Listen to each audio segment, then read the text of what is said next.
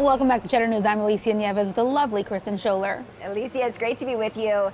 Look, let's take a deep dive now. As summer temperatures heat up, so has the sports betting landscape. A flurry of acquisitions, strategic positioning, and unlikely alliances transpiring over the past week as companies put themselves in the best position to prosper this fall. Jason Robbins, the CEO of Draftkings, joined the show to explain the significance of this NFL season. NFL season is like our holiday season. It's, the time when we see the most spikes in activity, the biggest revenue jumps, come into the fall and really depend on how well we activate at the start of NFL. So really exciting time, and so far we're seeing continued momentum despite the economy reopening. So I'm hopeful that'll continue into the NFL. Well, Draftkings has even more reason to celebrate. The NFL announcing back in April that it is officially entering the world of sports betting, partnering with Draftkings, Caesars, and Fanduel. All three partners earn the exclusive ability to leverage NFL marks within the sports betting category and activate around retail and online sports betting. Amy Howe, interim CEO at Fanduel, joined me this week to explain why this is so beneficial for her company. This partnership really gives us an opportunity to elevate that experience for the NFL consumer. So we'll have great free-to-play games that are going to be available nationwide. This is through the NFL and our partnership with CBS. But we'll also have an opportunity to really enrich our sports app, right, with highlights that are integrated directly into the app. So whether you're sitting at home in the comfort of your own living room or hopefully you're back in the venue, there's a great opportunity to really enhance that experience. Well, Draftkings also bolstering its NFL offerings by partnering with Genius Sports, providing the sportsbook with exclusive sportsbook data around the NFL, as Genius Sports is the official rights holder of the information. But as we just heard from Jason Robbins and Amy Howe, all of these sports betting platforms have their focus dead set on the gridiron.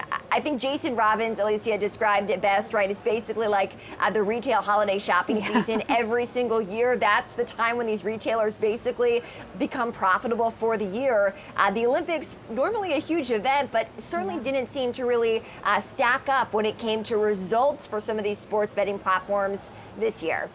Yeah, NFL is just a huge moneymaker for this company. And then in return, NFL makes a huge amount of money off of the gaming industry as well. You know what I think is interesting and unique about this particular season? That new COVID rule with the NFL, how teams could forfeit a game if they have players that are unvaccinated that get COVID-19. I wonder how that all factors here for these businesses, not only the NFL, but again, this is the holiday season for the gaming, the sports betting industry.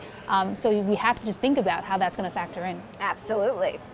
And it's not just Draftkings and Fanduel that are making headlines. Penn National Gaming, who owns 36% of Barstool Sports and already operates Barstool Sportsbook, recently acquiring a Canadian-based sports betting platform, The Score, in a $2 billion deal just last week. John Kaplowitz, head of Penn Interactive, said that while Barstool's is its leading sportsbook brand in the U.S., it's a much different ballgame over up north in Canada. The Score is like the ESPN of Canada. It doesn't matter if you're 21 or 71, you know what The Score is, and you probably have their media app downloaded on your phone.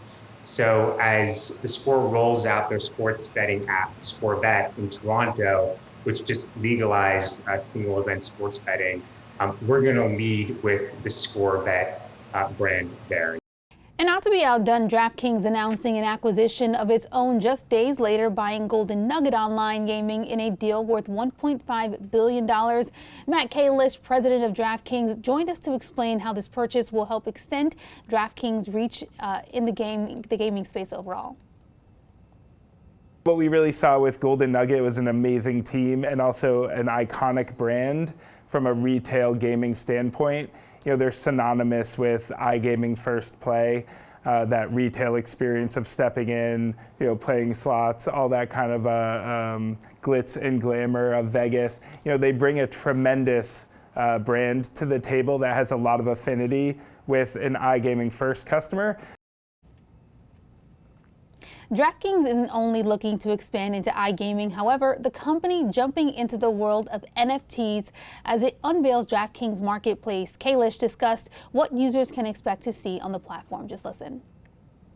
We're going to be dropping some really attractive, highly curated NFT content that we think will be attractive to our millions of users.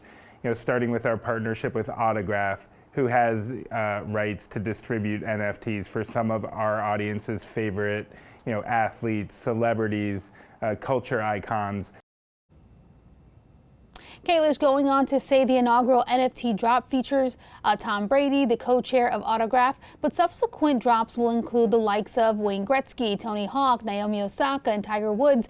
But we're seeing Draftkings, Penn National Gaming, and others expand not necessarily to bolster their primary sports betting function in the U.S., but to bolster other areas. It's just so fascinating to hear Kayla even talk about all the different opportunities from betting to what he describes as like slot machines on the app, and it would make you think that maybe that's having an effect on overall gambling, but it's not, and we're seeing that that's also up as well.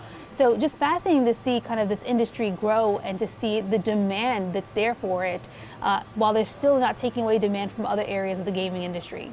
And we know the storylines keep adding up that the sports space is ready to pivot into this NFT space. And It does seem that they're very confident, right, even with big advertising dollars behind it, that this NFT ecosystem for a sports fan is a strong and lucrative one that its fans really want. So I'm not surprised to see some of those moves either.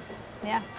Okay, one other hot button item when it comes to sports betting platforms is coverage across the country. One state on the mind of many is New York, whose limited operator model is helping forge some unlikely alliances. Bids for a seat at the table were due this past Monday, and one of the leading bids included both Fanduel and Draftkings, along with BetMGM and Valley Bet. Fanduel interim CEO Amy Howe stressing how it's all about keeping eyes on the prize. I think the most important thing for us is New York represents a really important market for us, right? We are already the leader in New Jersey and Pennsylvania with over a 50% share of the market.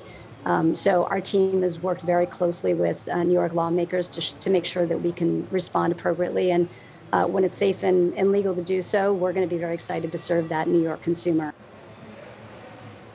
Ultimately, New York's 2021 sports betting legislation requires the New York State Gaming Commission to select 2 platform providers with at least 4 brands between them. The state will share about half of all sports betting revenue with the license providers. So we are back in, Alicia, New York state of mind. And I love this kind of move with Draftkings and Fanduel, right? What's the old saying? If you can't beat them, join them. And given the regulatory environment, it was a very smart and strategic move for both of these companies. And we know New York is a huge market. We call it the tri-state area because you have essentially 3 states around it that operate with one fan base. So getting into this market, whether it means teaming up, that's a smart and really strategic move for these companies. And again, another advancement for this sports betting and gaming space. Yeah, I think New Jersey's been the test case here in the tri-state area to some extent, and certainly could be a big one for New York as well. Yeah.